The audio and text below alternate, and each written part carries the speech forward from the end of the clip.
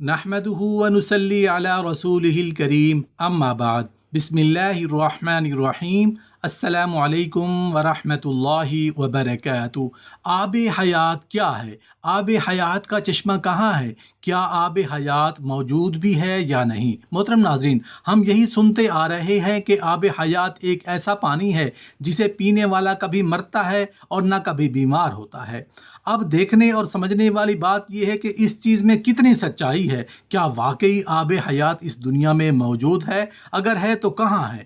اور اس آب حیات کو کیسے حاصل کیا جا سکتا ہے؟ بہت معلوماتی ویڈیو ہے، اس لیے آخر تک ضرور دیکھیے گا۔ محترم ناظرین، الیگزینڈر رومانس نامی فارسی تصنیف جو دنیا میں سب سے بڑی سلطنت قائم کرنے والے بادشاہ سکندر اعظم کے سفر کے متعلق لکھی گئی ہے۔ ان تحریروں میں بھی آب حیات کا ذکر ملتا ہے، جس میں بتایا گیا ہے کہ سکندر اعظم اپنے سپاہیوں کے ساتھ چشمہ حیات کی تلاش میں نکلا تھا اور لمبے سفر کے دوران وہ اس تاریک سرزمین کے قریب جا پہنچا تھا۔ کہتے ہیں کہ جب سکندر اعظم اپنے سپاہیوں کے ساتھ اس تاریک وادی میں پہنچا تو اسے ایک ندی ملی، تو اس نے اس ندی کے کنارے پر پڑاؤ ڈالا۔ اس کے سپاہیوں نے کھانے کے لیے مچھلیاں اور پرندوں کو پکڑا، لیکن جب سپاہیوں نے ان مچھلیوں اور پرندوں کو اس ندی کے پانی سے دھویا تو وہ دوبارہ زندہ ہو گئے اور وہاں سے اڑ گئے۔ سکندر اعظم کا ماننا تھا کہ وہ ندی جنت کی کسی ندی سے بہہ کر اس سرزمین پر آ رہی ہے، اس لیے اس میں زندگی دینے کی طاقت اور قوت موجود ہے۔ اس پانی کو سکندر اعظم نے پیا یا نہیں پیا، اور وہ سرزمین کون سی تھی، اس کے متعلق تاریخ خاموش نظر آتی ہے۔ اگر غور کریں تو اسی طرح کا واقعہ حضرت موسیٰ علیہ السلام کے متعلق قرآن مجید میں موجود ہے، جس میں آب حیات کی طرف اشارہ کیا گیا ہے، ایک ایسا پانی جسے پینے والا ہمیشہ امر ہو جاتا ہے۔ وہ چشمہ جس کی تلاش ہر زمانے کے حکمرانوں، سیاحوں اور جہاز رانوں نے کی۔ آخر وہ چشمہ کہاں ہے اور اس پانی کو تاریخ کی کس ہستی نے پیا تھا؟ قدیم زمانے میں مورخین، حکمرانوں، سیاحوں کا یہ ماننا تھا کہ زمین پر کہیں کسی مقام پر ایک ایسا چشمہ بھی موجود ہے جس کے پانی میں سبھی بیماریوں کو ٹھیک کرنے کے ساتھ ساتھ کسی کو امر بنانے کی قوت موجود ہے۔ دنیا کی الگ الگ تہذیبوں اور علاقوں میں آب حیات یعنی فائنوٹین یوتھ چشمے کا ذکر ملتا ہے۔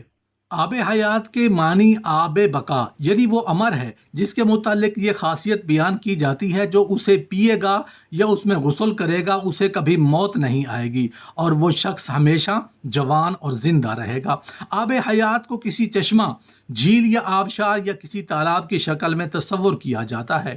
شروعات سے ہی دنیا میں کچھ ایسے لوگ رہے ہیں جو کافی امیر اور طاقتور تھے، اور ان لوگوں کو ہمیشہ سے ہی زندگی کے ختم ہونے کا یا غلام ہو جانے کا ڈر تھا۔ اس لیے ایسے لوگوں نے زمانہ قدیم میں اپنی بڑھتی عمر کو روکنے اور عمر کو پیچھے لے جانے کے طریقوں کی کھوج کرنا شروع کی، جن میں عہد وسطیٰ کے مشہور بادشاہ اور جرنیل شامل ہیں۔ تاریخ میں آب حیات کا ذکر سب سے پہلے یونان کے تاریخ دان ہیروڈوٹس کی تحریروں میں ملتا ہے۔ ہیروڈوٹس کی اپنی کتاب ہسٹوریا میں افریقہ میں آباد ایک قدیم قبیلے کا ذکر کیا ہے، جنہیں مائکروبین کہا جاتا تھا۔ یہ نہایت ہی طاقتور، جوان، لمبے اور خوبصورت لوگ تھے۔ ان کی عمر کم سے کم 120 سال ہوتی تھی، اس کے باوجود وہ جوان دکھتے تھے۔ ہیروڈوٹس کے مطابق مائکروبین صحرا، ریگستان اور افریقہ کے شمالی علاقوں کے آباد کار تھے۔ مائکروبین کی سرزمین میں ایک خاص قسم کا چشمہ بہتا تھا، اور یہ چشمے کا پانی ہی ان لوگوں کی لمبی عمر کا راز تھا۔ ہیروڈوٹس کے لکھا کہ یونان کا بادشاہ جب مائکروبین کی سرزمین میں پہنچا تو ان لوگوں نے بادشاہ کو وہ چشمہ دکھایا، جس میں نہانے کے بعد بادشاہ کا جسم نہایت ہی چمکدار اور چکنا ہو گیا اور اس کے جسم سے خاص قسم کی خوشبو آنے لگی۔ اس چشمے کا پانی اتنا کمزور تھا کہ اس میں کوئی چیز نہ تیر سکتی تھی، نہ لکڑی، نہ ہی کوئی ہلکی چیز۔ ہیروڈوٹس نے لکھتا ہے کہ شاید مائکرو بینز کی لمبی عمر کی وجہ سے اس چشمے کا پانی کا مسلسل استعمال ہے۔ آب حیات کا ذکر اسلامی کتابوں میں بھی موجود ہے اور اس کے متعلق کئی روایات ذکر کی گئی ہیں۔ لہٰذا آب حیات اور ذوالقرنین کے متعلق حضرت امام زین العابدین نے ایک طویل قصہ بیان کیا ہے، جس کے مطابق ذوالقرنین اللہ کے نزدیک نیک بندے اور بادشاہ تھے۔ فرشتوں میں سے ایک فرشتہ ان کا دوست تھا جس کا رافیل تھا۔ وہ آپ سے ملاقات کرتا تھا۔ ایک مرتبہ ذوالقرنین نے رافیل سے کہا کہ آپ آسمان میں اپنی عبادت کی کیفیت بتائیے۔ اس پر رافیل رو پڑے اور کہا کہ آسمان میں ایسے فرشتے ہیں جو ہمیشہ حالت قیام میں رہتے ہیں، جو کبھی بیٹھتے نہیں، اور کچھ حالت سجدہ میں رہتے ہیں جو کبھی سر نہیں اٹھاتے، اور کہتے ہیں کہ اے پروردگار، ہم نے تیری عبادت کا حق ادا نہیں کیا۔ یہ سن کر ذوالقرنین رو پڑے اور کہا کہ اے رافیل، میری خواہش ہے کہ مجھے لمبی عمر ملے تاکہ میں اس کو اپنے رب کی اطاعت اور عبادت میں لاؤں۔ اس پر رافیل نے کہا، اللہ نے ایک چشمہ پیدا کیا ہے جس کا نام آب بقا یا آب حیات ہے۔ جس نے بھی اس چشمے کا پانی پی لیا اسے کبھی موت نہیں آئے گی، یہاں تک کہ وہ خود اللہ جل شانہ سے اپنی موت نہ مانگے۔ ذوالقرنین نے پوچھا کہ کیا آپ اس جگہ کو جانتے ہیں؟ تو اس نے کہا نہیں، مگر وہ چشمہ ایک ایسی تاریک اور اندھیری وادی پر ہے جس پر سے کبھی کسی انسان اور جن کا ذکر نہیں ہوا۔ چنانچہ ذوالقرنین نے تمام صالحین اور علماء کرام کو اپنے دربار میں جمع کیا اور ان سے آب حیات کے متعلق دریافت کیا۔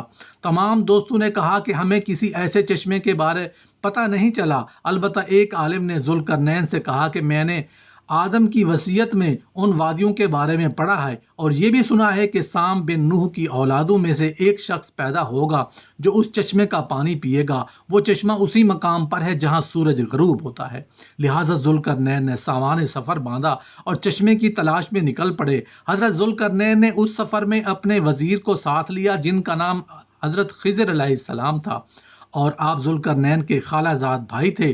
ذوالقرنین اپنے لشکر کے ساتھ مغرب کی طرف 12 برسوں تک یوں ہی سفر کرتے رہے، اور ایک طویل سفر کرنے کے بعد آخر کار یہ لوگ اس وادی کے کنارے پہنچ گئے۔ ذوالقرنین نے اپنے لشکر سے 6000 قابل ترین سپاہیوں کو لے کر اس اندھیری وادی میں داخل ہوئے جن میں خضر علیہ السلام بھی تھے۔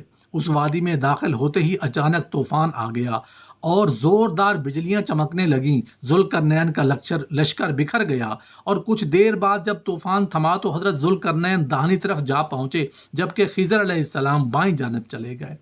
حضرت خضر علیہ السلام اس تاریک راہ پر بھٹکتے ہوئے چشمہ حیات تک جا پہنچے۔ آپ کو شدید پیاس لگی ہوئی تھی، لہٰذا آپ نے اس چشمے کا پانی پیا، اس میں غسل کیا اور اس پانی سے وضو بنایا۔ یہ چشمہ دودھ سے زیادہ سفید اور شہد سے زیادہ میٹھا تھا۔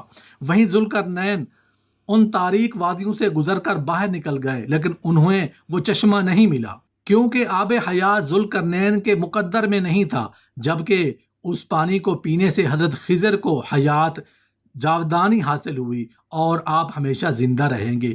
اسی طرح لاطینی سیاح جوہن مونڈیل کی کتاب میں بھی چشمہ حیات کا ذکر ملتا ہے، جس کے مطابق ہندوستان کے جنوبی علاقوں میں موجود کولام میں ایک پہاڑی سلسلہ ہے اور اسی مقام پر آب حیات کا وہ چشمہ موجود ہے۔